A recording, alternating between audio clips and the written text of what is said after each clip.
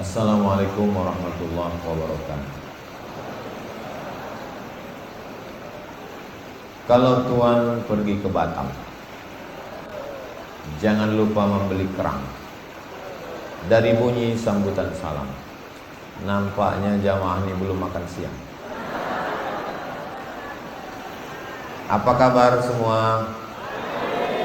Bapak, ibu, abang, kakak, adik, sahabat, semua yang hadir ini insya Allah dimuliakan Allah SWT. Itu kenapa di tengah itu ada yang kosong, macam kebun sawit kebakaran? Ada tamu-tamu dari kalangan jin. Oh gitu. Kalau ada uang, ada rezeki. Kalau tidak ada uang, tidak ada rezeki. Kalau ada uang, ada rezeki. Kalau tidak ada uang, tidak ada rezeki. Kalau ada uang, ada rezeki. Kalau tidak ada uang, tidak ada rezeki. Sudah terrekam di kepala kita.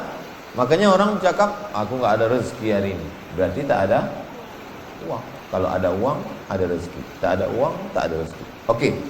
Sekarang aturan baku itu kita terapkan. Ada uang, ada rezeki. Tak ada uang, tak ada rezeki.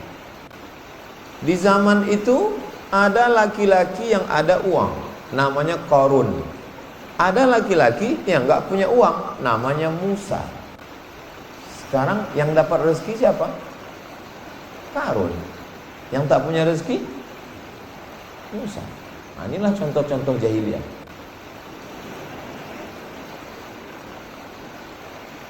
Mindset, main otak, settingan otak kita memang udah dirusak.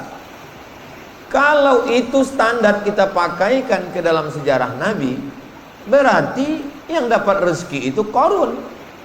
Sedangkan Nabi Musa tidak dapat rezeki. Betapa menyesatkannya. Makanya yang perlu diluruskan itu otak, main otak, settingan, aturan otak itu mesti diluruskan. Tapi ada juga yang bilang mindset itu artinya main otak setan, mindset otak setan. Kalau ada kuasa, ada rezeki. Kalau tidak ada kuasa, tidak ada rezeki.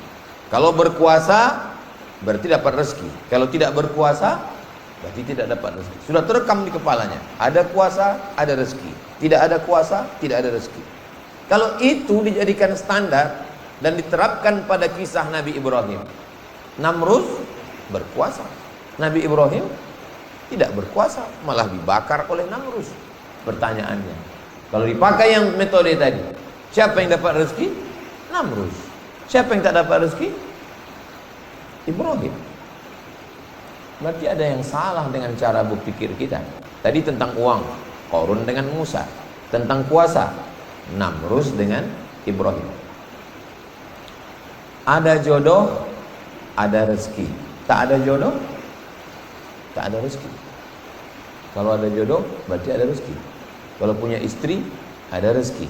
Tak punya istri, jomblo. Nabi Isa ada istrinya? Enggak ada. Nabi Yahya tak ada istrinya. Masa Nabi enggak dapat rezeki? Mesti diluruskan cara berpikir kita. Lalu rezeki itu apa? Apakah rezeki itu uang? Apakah rezeki itu kekuasaan? Apakah rezeki itu istri? Rezeki adalah semua yang membawa kita kepada mendekatkan diri menuju Allah. Itulah rezeki. Kalau dengan kekuasaan kita bisa dekat dengan Allah, berarti kekuasaan kita rezeki. Kalau dengan istri kita bisa dekat dengan Allah, kalau punya suami kita dekat dengan Allah, berarti itu adalah rezeki. Kalau kita punya harta, kita bisa bangun masjid, bangun pondok pesantren, buat beasiswa tahfiz gratis, berarti dengan harta bisa dekat Allah, rezeki. Tapi kalau punya harta hanya untuk dugem, dugem artinya duduk sambil gemetar.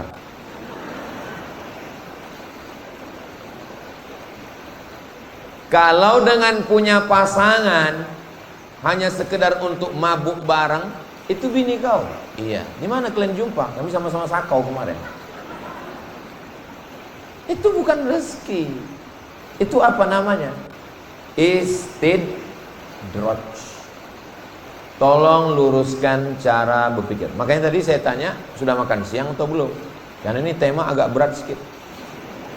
Kira-kira yang saya sampaikan bisa dipahami? Oke, kalau gitu kita ulang sekali lagi. Saya kalau ngajar di kelas dulu di kampus, saya tanya mahasiswa, paham? Tidak Pak, ulang 2 kali. Paham?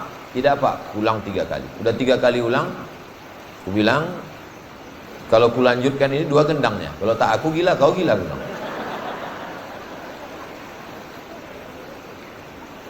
Rezeki, jodoh, anak, jabatan, harta belum tentu sebagai rezeki. Dia bisa jadi istidraj. Fir'aun punya kekuasaan, Namrus punya kekuasaan, Karun punya harta, tapi tidak sebagai rezeki.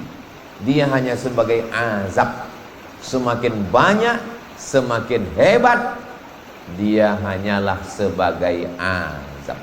Lalu yang disebut dengan rezeki itu apa? Semua yang mendekatkan kita kepada Allah, maka itu disebut sebagai rezeki. Kira-kira udah jelas? Jamaah ini antara paham dengan takut ini kudengar. Oke, kalau begitu berapa macam rezeki itu Pak Ustadz? Rezeki ada 7. Yang bisa nyatat, catat. Yang tak bisa tak usah paksakan. Kenapa? Karena ini bisa ditonton ulang di channel Ustadz Abdul Somad Official. Subscribe, like, share, and comment. Abang host katanya saya dikasih waktu 40 menit. Jadi nanti habis 40 menit saya serahkan, baru kita lanjutkan dengan dialog. Dan yang 5 pertanyaan tadi saya tulis, nanti saya jawab satu-satu, insya Allah. Ingatkan saya lagi. Rezeki yang pertama adalah waktu. Itulah rezeki yang pertama. Kenapa rezeki yang pertama itu waktu? Karena ketika bertemu ruh dengan jasad, dan disitulah kita punya waktu. Kalau orang kampung kita menyebutnya, kalau kampung kami, time is money. Waktu adalah uang. Makanya pertama pertanyaan nanti waktu kita mati, yang pertama ditanya adalah an umrihi fima afna, umur kemana saja kau habiskan. Maka yang pertama nikmat adalah waktu. Apakah waktu kita sekarang jam 3 kurang 15 ini rezeki? Ya, karena dengan waktu yang ada ini sekarang kita beramal soleh. Tapi orang yang menyia-nyiakan waktunya, duduk ngobrol dengan kawan menceritakan artis sudah cerai, artis tak jadi, artis sako, artis mabuk, artis itu bukan rezeki, itu laknat itu. Ribah itu. Apa macam mesin BSA Aceh, BSA Siantar, motor moge besar yang tak selesai. Maka nikmat yang pertama adalah waktu. Kita bersyukur sampai siang ini kita masih dikasih waktu. Apakah sampai besok pagi kita masih dapat waktu? Waktu itu bahasa Arabnya ajal. Likulli ummatin ajal. Setiap orang punya waktu. Idza jaa ajaluhum, kalau waktunya tiba, la yastakhiruna sa'atan wa la yastaqdimun. Tak bisa dimajukan, tak bisa dimundurkan. Makanya ketika orang sudah meninggal disebut, kenapa dia meninggal? Sudah sampai ajalnya. Ajal artinya waktu. Waktu tak bisa ditambah. Abdul Somad ditakdirkan meninggal tahun kira-kira 150 tahun lagi lah. Saya tidak pernah minta umur saya panjang-panjang kali. Karena saya tengok orang sekarang asal lewat 40, 50, asal jumpa mulai bertanya, apa sakit kau? Aku diabetes meletus. Kau? Aku jantung koroner. Kau? Asam urat. Kau? Asam lambung. Kau? Asam pedas. Makin bertambah umur, makin kecil suara. Mulai 60, 70 makin kecil suara.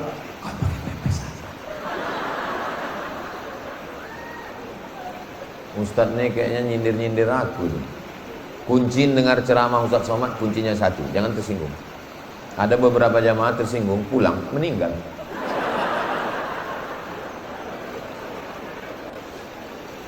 Aku sebetulnya mancing-mancing kalian aja. Kalau saya tengok dari senyum orang-orang ini, kayaknya ini orang nggak punya masalah hidup dan nggak punya utang. Dari mana Ustaz tahu? Senyumnya itu cerah, merekah, lepas. Orang kalau banyak masalah nggak bisa senyum melepas ini. Kita setengah mampus kita mancingnya, capek kita mancingnya, paling kita hanya sedikit.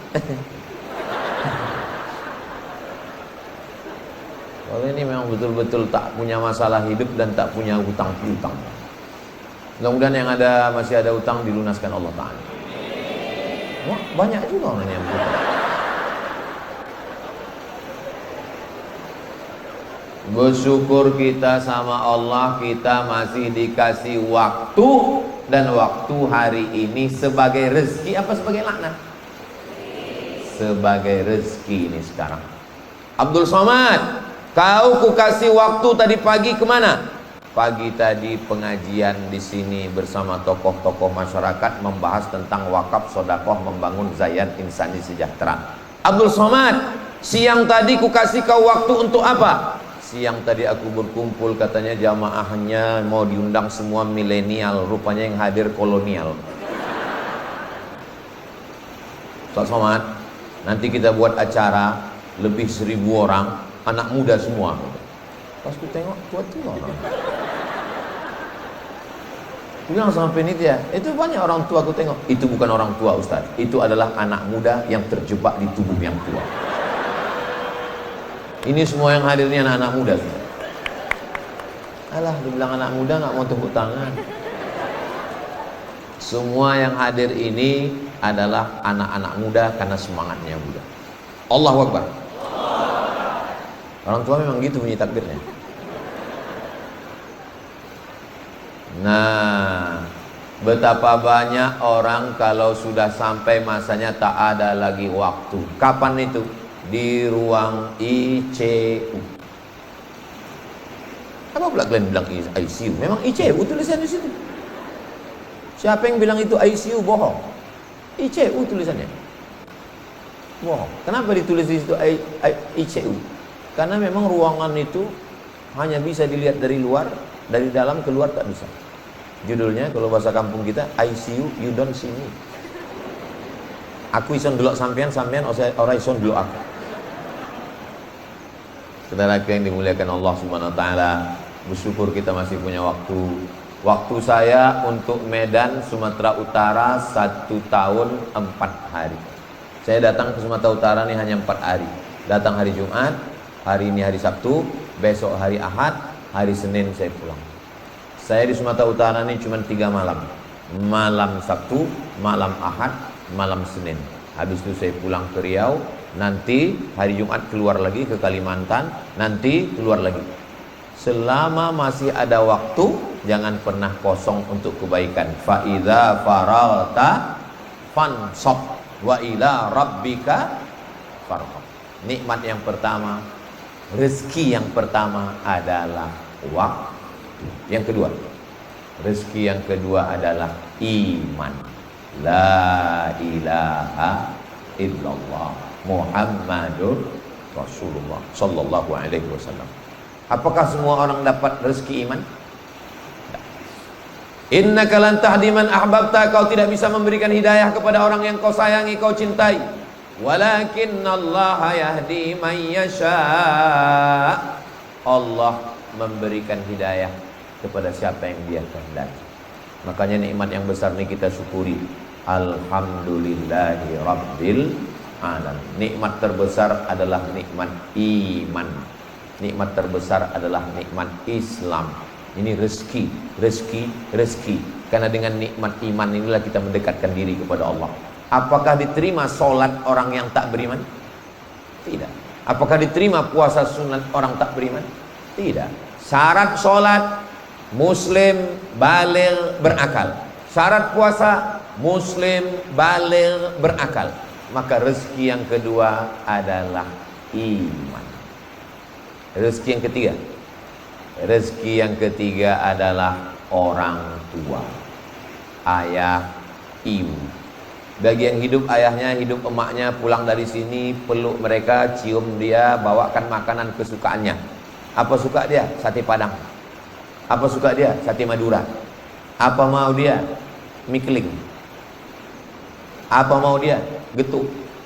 Bawakan. Yang sudah tidak ada, kirimkan. Untuk semua almarhumah emak, almarhum ayah kita yang sudah mendahului kita, Al-Fatihah. A'udzubillahi minasyaitonir rajim. Bismillahirrahmanirrahim. Alhamdulillahirabbil alamin arrahmanir rahim maliki yaumiddin. Iyyaka na'budu wa iyyaka nasta'in. Shiratal mustaqim. Shiratal ladzina an'amta 'alaihim ghairil maghdubi 'alaihim waladdallin. Amin. Aku enggak masuk akal kaji Ustaz Somad itu. Masa dibilangnya emak sama ayah rezeki? Iyalah, kau tidak menganggapnya rezeki karena dari kecil kau buka mata ada emak. Kau buka mata ada ayah. Bagaimana dengan penderitaan orang yang tiba-tiba bangun pagi, Ustadz buka pintu, di depan rumahnya ada kardus. Rupanya dicampakkan orang. Sampai anak itu pun takut pakai binti kardus. Dari sejak lahir tak kenal emak, tak kenal ayah. Padahal ada emak ayahnya, tapi dicampakkan. Kita masih sempat dapat belayan kasih sayang ibu dan ayah. Oh, bersyukur nikmat. Cuman kadang kita tidak mensyukuri nikmat ketika dia masih ada. Ketika dia sudah tidak ada, barulah kita bersyukur. Tak usahlah jauh-jauh, tak usahlah emak, tak usahlah ayah, kelingking aja. Kelingking ini kita nggak nganggapnya nikmat, tapi coba pas kelingking ini dua-dua luka, hidung gatal. Takkan ini masuk besar kayak lubangnya. Nikmat pertama adalah waktu. Nikmat kedua, rezeki pertama waktu. Rezeki yang kedua adalah iman. Rezeki yang ketiga adalah orang tua. Rezeki yang keempat adalah pasangan hidup. Pasangan hidup itu rezeki. Kapan pasangan hidup itu jadi rezeki? Ketika dengan pasangan hidup itu kita dekat kepada Allah. Itulah rezeki. Tak semua orang dapat rezeki, walaupun dia belaki, walaupun dia berbini, tak semua dapat rezeki. Aku dulu Pak Ustadz, waktu masih gadis, jilbabku panjang, bajuku panjang. Tapi sejak aku menikah, lakiku tak suka aku pakai jilbab. Kok tua kali aku tengok macam pakai kelambu. Disuruhnya aku dipotong nyorok aku Pak Ustadz. Aku pakai celana legging. Waktu aku umur 8 tahun dulu, itu suruh pakai. Menjerit paha tuh Pak Ustadz. Rambut disuruhnya cat 3 warna merah, kuning, kelabu. Disuruhnya aku pakai tato. Udah laku hitam bertato pula. Itu bukan rezeki namanya. Terus laki begitu laki apa? Genderuwo. Aku dulu Pak Ustadz tamat pesantren Pak Ustadz. Ayahku baik, emakku baik. Tak boleh aku makan haram. Tapi rupanya Pak Ustadz, entah gimana ceritanya, entah termakan pelet, akhirnya nikah sama biniku ini. Makan haram aja aku dikasihnya Pak Ustadz. Dia kalau tak makan mie lemak babi tak berselera Pak Ustaz. Itu bukan rezeki namanya. Itu apa? Mak lampir. Saya heran juga ya, ibu jangan tersinggung ya. Saya heran juga, kenapa lah hantu ini kebanyakan perempuan? Mak lampir, sundel bolong, nyi blorong, nyi roro kidul, suster ngesot, pocong. Pocong ketawa hantu pun perempuan. Terus terang saya nggak setuju karena mak saya perempuan, istri saya perempuan. Saya mengusulkan ke ibu-ibu, kalian tuntut Komisi Perlindungan Perempuan menuntut. Kenapa hantu itu cuma perempuan? Tolong hantu laki-laki juga diperbanyak. Hantu laki-laki bisa kita hitung berapa? Genderuwo, begu ganjang, Dracula. Dracula pun dulunya, sekarang karena susah nyari kerja di Indonesia cabut dia. Balik ke Amerika. Zombie pun ada juga perempuan. Jadi kenapa ke cerita hantu pula gitu? Ada pula yang ingat tuyul. Tuyul ada laki-laki, ada perempuan. Tapi tuyul tak ketahuan jenis kelaminnya karena rambut belum tumbuh dan pakai pempes. Jangan sampai kalian pulang acara ini ditanya orang, ikut kalian acara sama Ustaz Somad? Iya. Apa lagi kesimpulannya? Entah hantu-hantu aja cerita deh.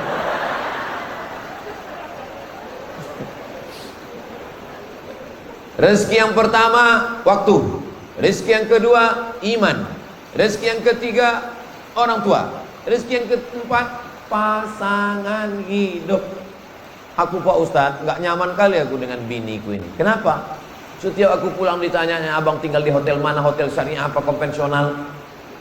Baju koko yang ku masukkan ke koper kemarin sudah dipakai sholat atau tidak? Kain panjang yang kemarin sudah dipakai sembahyang atau tidak? Itu kolor diganti sehari berapa kali? Duit SPPD, uang tunjangan, uang sipak, uang sundul, gaji dipakai kemana? Kunci motor mana? Pulang sama siapa? Jalan jam berapa? Itu bukan istri, itu security syariah.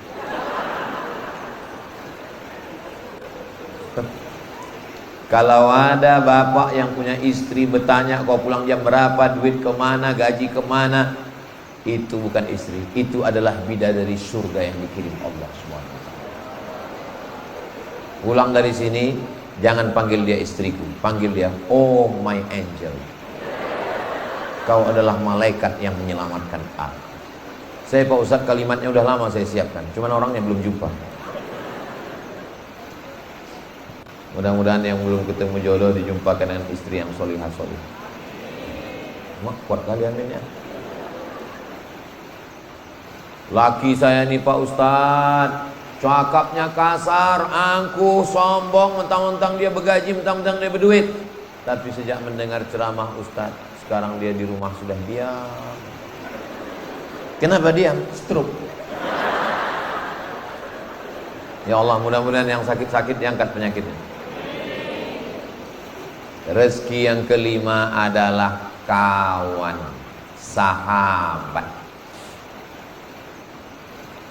Ayah, ya, itu kawan ayah. Ya, kawan ayah itu dari muda dulu. Di mana ayah kenal? Itulah kami ditangkap satpam dulu. Waktu sama-sama nyuri pagar kuburan. Lewat kemarin kami di kuburan. Habis pagar-pagar besi itu dipotong. Beberapa bulan ini sering kali saya dapat posting orang Medan mencuri besi. Saya marah, saya bilang, aku ini dari Medan, aku bilang, sekolah aku di Medan. Tapi pas ku tengok itu betul juga. Mama, iya, itu kawan mama. Oh, kawan mama sejak gadis itu. Gimana dulu sama dia? Itulah, nggak usah ceritakan, gak enak. Kalau punya kawan, selalu bertanya, udah kau sembahyang, jangan kau pacaran, jangan kau buat dosa, jangan kau maksiat. Kalau punya kawan baik macam ini, jangan dikubur sebelum mati.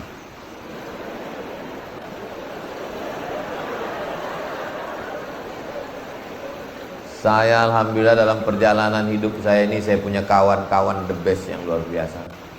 Dulu waktu saya sekolah di Muallimin Medan, saya dulu kuliah sekolah tahun 1990, masuk Muallimin Al-Wasliyah Unipa Jalan Sisingamangaraja. Ada satu kawan saya itu tidak mau mencontek, menengok ke kanan ke kiri. Dia kalau ujian fokus saja menengok meja. Rupanya jawaban itu sudah ditulisnya di meja semua.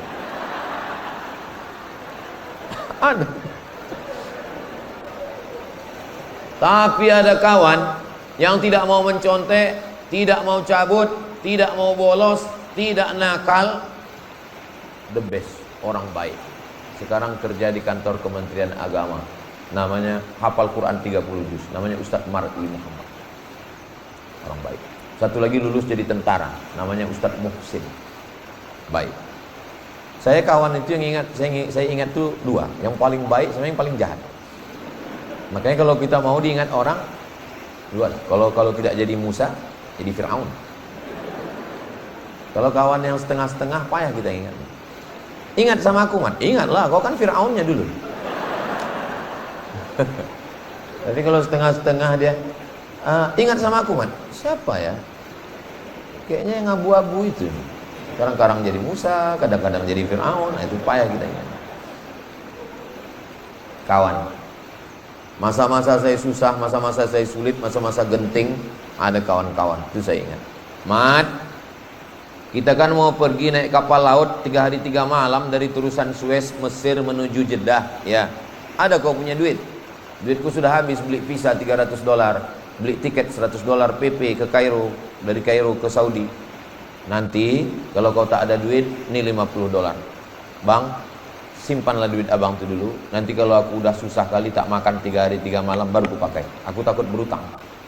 Ada kawanku sampai sekarang. Namanya tak boleh sebut, menjaga kode etik jurnalistik. Jadi besti-besti kita itu luar biasa.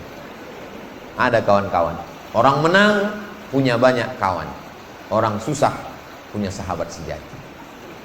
Maka jangan pernah takut susah. Disitulah kita mau menengok mana ujian kawan. Kawan ketawa banyak, tapi kawan bersusah sedikit. Ustaz Somad kan banyak kawan Ustaz. Itu di Instagram itu kami tengok 9 juta. Maksudnya yang belum follow-follow.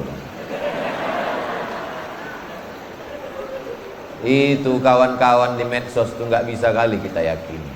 Itu 9 juta itu setengahnya buzzer itu.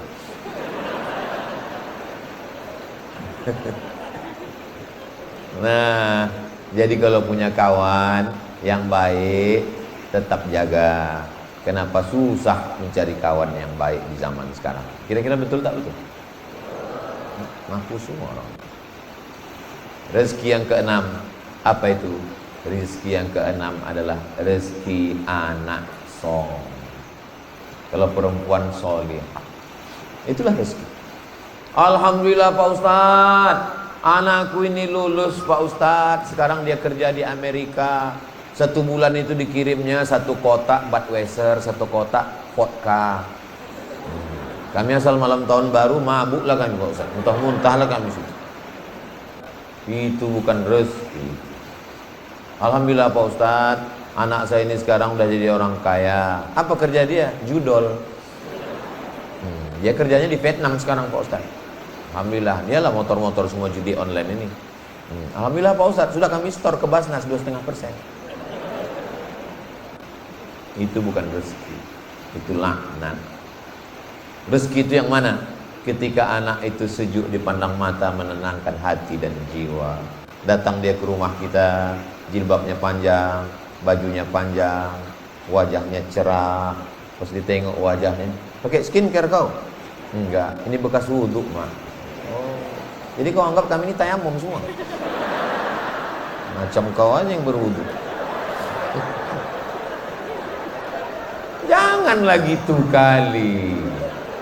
Mentang-mentang udah hijrah, biasa aja lah. Ini sikit-sikit wudhu, sikit-sikit wudhu. Kau pikir kami ini tak pernah mandi? Anak saya Mizian Hazik Abdillah, yang kedua Sami Ahmad Misbahi Ibadillah. Minta tolong ke semua bapak ibu, doakan supaya anak-anak saya ini selamat dunia akhirat. Begitu juga dengan anak-anak kita semua. Banyak orang menganggap kalau punya anak ada rezeki, kalau tak punya anak tak ada rezeki. Tidak semua begitu. Justru kadang skenario Allah indah, dia tahan. Karena kalau kau dapat anak, anak kau ini hantu. Berapa banyak orang punya anak menyesal punya anak. Lama hidup banyak dirasa, jauh berjalan banyak ditengok. Lama jadi ustadz banyak yang curhat. Aku Pak Ustadz saking nakalnya anakku nih, rasanya mau ku masukkan lagi ke dalam. Gimana kau mau masukkan anak kau ke dalam? Kok begini rasanya Pak Ustadz, kalau ku kenang-kenang, kalau ku ingat lagi, bagus aku tak punya anak. Ada orang ngomong gitu. Saking kan sakitnya punya anak. Apa tak sakit? Pulang dia ke rumah Pak Ustadz, dibawanya perang panjang. Kalau tidak mama belikan Kawasaki Ninja, aku bacok. Ibu-ibu masak nasi goreng pagi. Kenapa lah nasi ini tak masak-masak? Rupanya kompor udah dijual anak beli narkoba. Itu bukan rezeki itu. Mudah-mudahan anak kita jadi rezeki semua. Yang terakhir, yang ketujuh, kata Syekh Muhammad Mutawalli Asy'arawi, rezeki yang paling terendah itulah dia harta. Yang dikatakan orang harta yang rezeki paling tertinggi, enggak, justru harta rezeki paling terendah. Karena justru dengan hartalah orang banyak tidak jadi rezeki tapi jadi laknat. Kira-kira yang bisa pakai sabu-sabu itu orang kaya atau orang miskin? Orang kaya berduit lah yang bisa beli sabu. Kalau orang miskin tak jadi dia mabuk pakai sabu. Pakai apa? Kecubung. Tak ada modal. Pakai apa mabuk orang miskin? Pertamax. Itu pun setengah liter. Beli Pertamax, dihisap tak juga mabuk. Rupanya oplosan. Dihisap hari ini 3 hari lagi baru mabuk. Rencana mau mabuk, duit tak ada. Ambil kopi, campur spiritus. Spiritus untuk lampu strongkeng dulu. Itu dicampurkannya. Rencana mabuk, minum, rupanya mati. Kayak mana bro? Jadi dia mabuk, lebih dari mabuk lagi. Kayak mana? Menyala abangku. Apa tak menyala jantung tuh begini dengan api strongkeng? Mencari paret, masuk ke dalam sungai, mati. Sumbat ikan sapu-sapu nih bro. Tolong kalian buatkan karikaturnya nih. Rezeki adalah yang bisa mendekatkan kita kepada Allah Subhanahu wa taala. Sekarang setelah saya betulkan mindset saya dan mindset kita semua, saya mau ngetes paham atau tak paham. Yang laki-laki diam dulu. Kalaupun menjawab dalam hati saja. Apakah mobil itu rezeki? Aduh. Sedih kali kita kalau udah ngomong 30 menit orang nggak paham. Kalau dengan mobil itu kita bisa bawa kepada yang baik, rame-rame ngaji, rame-rame silaturahim, berarti mobil itu rezeki. Tapi kalau mobil itu justru untuk buat maksiat, buat dosa, tutup kaca 100%, mobil bergoyang, berarti mobil itu Sekarang yang perempuan diam dulu, laki-laki saya tanya. Apakah duit itu rezeki? Mati kita. Kalau dengan duit itu kita bisa bangun masjid, dengan duit kita bisa menyantuni anak yatim, dengan duit kita bisa membangun panti jompo, dengan duit kita bisa menyekolahkan fakir miskin du'afa, berarti duit itu adalah rezeki. Tapi kalau dengan duit itu kita justru buat maksiat, berarti dia laknat, bukan rahmat. Kira-kira yang saya sampaikan ini bisa dipahami? Mudah-mudahan terpahamkan kita semua bahwa kita minta sama Allah, bukan ngotot maksa Allah. Ini sekarang banyak orang, dia punya proposal, dipaksanya Allah untuk ikut dia. Ya Allah, nikah adalah rezeki, jodoh adalah rezeki, maka ini rezeki bagiku. Kalau memang dia belum ada jodoh, jadikan aku jodohnya. Kalau jodohnya sudah ada, matikan jodohnya. Apa ini? Hubungan kita dengan Allah itu bukan antara bawahan dengan atasan. Hubungan kita dengan Allah bukan antara karyawan dengan direktur perusahaan. Hubungan kita dengan Allah itu minta, ya Allah, kalau memang dia ini rezeki bagiku, bisa menolong imanku, maka pertemukanlah kami. Tapi kalau tidak, jumpakan juga ya Allah. Aku yakin rencanamu jauh lebih indah. Aku yakin rencanamu jauh lebih indah. Gak bisa saya menerima takdir ini, terlalu menyakitkan Pak Ustadz. Saya yang menemani dia SNMPTN, saya mengajak dia dulu KKN, saya mengantar dia ke kampus. Tapi pas giliran walimahnya Pak Ustadz dengan orang lain Pak Ustadz. Kuatkan imanmu, yakinkan bahwa Allah punya rencana yang lebih indah. Datang ke hotel kalau kebetulan diundang. Kalau tidak jangan. Naik ke atas, ucapkan barakallah lakuma wa baraka alaikuma wa jama'a bainakuma fi khair. Tunjukkan kau hebat. Kalau mau nangis nanti selesai dari sini pergi kau ke Belawan. Agak-agak dekat-dekat laut itu nangislah kau sini. Jangan kau nangis depan orang. Apalagi kau buat video kau upload pula. Di komen orang lah, mampus lah kau.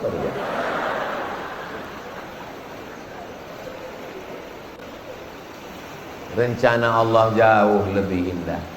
Saya punya rencana, Allah punya rencana. Yang lebih indah rencana saya atau rencana Allah?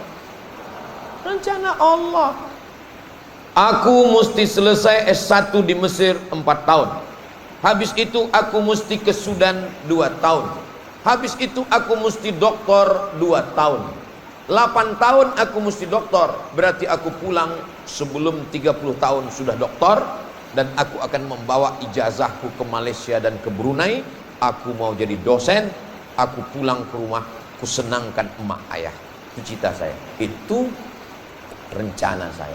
Rupanya rencana saya hancur berkeping, bak kayu, kaca jatuh ke batu. Selesai S1 pulang, nyari-nyari peluang dulu, baru pula berangkat, hilang umur 1 tahun.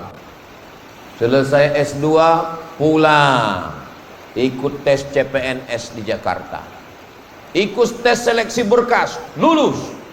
Bahasa Arab lulus, bahasa Inggris lulus, potensi akademik lulus, tinggal 2 orang wawancara. Pas giliran 2 orang itu, saya 1 anak UIN, alumni. Itulah satu-satunya harapan aku mau jadi dosen, supaya bisa kusenangkan emakku. Pas di Kampung Melayu, sedang saya naik metro mini, datang WA dari kawan, "Mat, kau tak lulus." Lembut rasanya aspal Kampung Melayu itu saya tidak. Tahun 2007, awak sudah umur 30 tahun, orang tua menunggu di depan, calon mertua di belakang. Hancur mimpi-mimpi saya itu. Tuhan itu antara-antara muncul, kadang-kadang hilang signal itu. Berat memang. Apa kata almarhumah mak ini? Baliklah kau ke Pekanbaru. Tak usah kau lagi di Jakarta, apa lagi yang kau harapkan? Tes PNS pun kau tak lulus. Iyalah mak. Bulan Ramadan, bulan Agustus pulang saya ke Pekanbaru.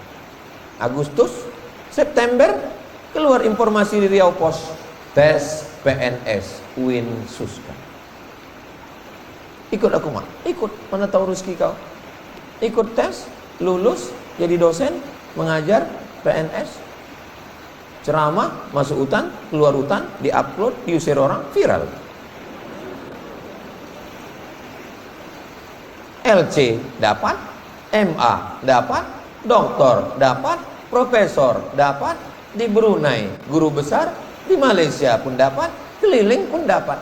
Baru saya yang sekarang baru saya bisa berkata, rupanya rencana Allah jauh lebih indah. Tapi bisa ngomong gitu kan sekarang. Coba waktu di Kampung Melayu dulu, waktu pas dapat itu, bisa saya mengatakan rencana Allah jauh lebih indah. Kadang lama saya merenung, kenapa nasibku itu macam kapal di tengah ombak, angin puting beliung, karangnya tajam, jatuh, pecah, berkeping. Sengaja dibuat Allah nasib saya seperti itu, supaya kalau ada orang yang curhat ke saya, mudah saya menjawab. Sengaja dibuat Allah hidup saya itu berkeping-keping, berkecai. Supaya apa? Supaya kalau ada orang yang curhat, aku susah kali Pak Ustadz. Alah, susah kau tuh upil-upil aja ya. Gak ada apa-apanya dibanding. Dulu waktu saya kecil, saya buka juz amma terjemah itu. Mak. Ada namaku di sini, Mak. Allahus Somad. Ini, Mak. Apa artinya kata mak saya? Allahus Somad, Allah tempat bergantung. Apa maksudnya, Mak? Iya, orang bergantung sama kau nanti. Betul lah memang. Setiap Rabu subuh saya ngaji Riyadhus Shalihin. Asal habis itu banyak kali orang bergantung-gantung. Ada yang cerita lakinya gila, ada yang cerita bininya hantu, ada yang macam-macam bergantung. Betul cakap mak saya dulu. Nanti orang bergantung sama kau. Allahus Somad, Abdul Somad. Kok tahu begitu minta nama Abdul Rahim aja saya dulu. Kalau aku tengok jamku udah 40 menit bang. Jangan kemana-mana, kita lanjutkan setelah yang satu ini.